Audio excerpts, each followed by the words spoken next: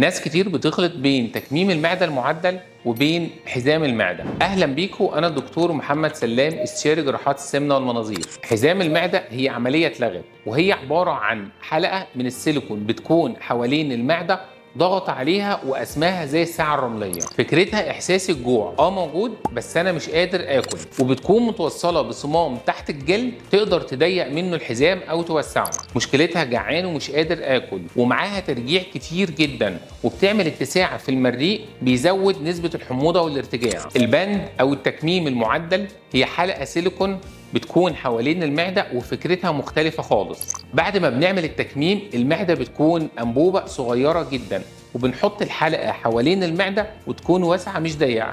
فكرتها إن المعدة لو جت توسع بتلمس الحلقة وهي مش ضاغطة على المعدة، فمفيش ترجيع، وإن العصب الحائر يلمس الحلقة فتبتدي تحس بالشبع. والحلقة بتساعد الناس اللي مش قادرة تعمل كنترول على الكميات على المدى البعيد. حزام المعدة عملية اتلغت، إنما الباند سليف هي عملية مضمونة وآمنة ونتيجة كويسة جدا.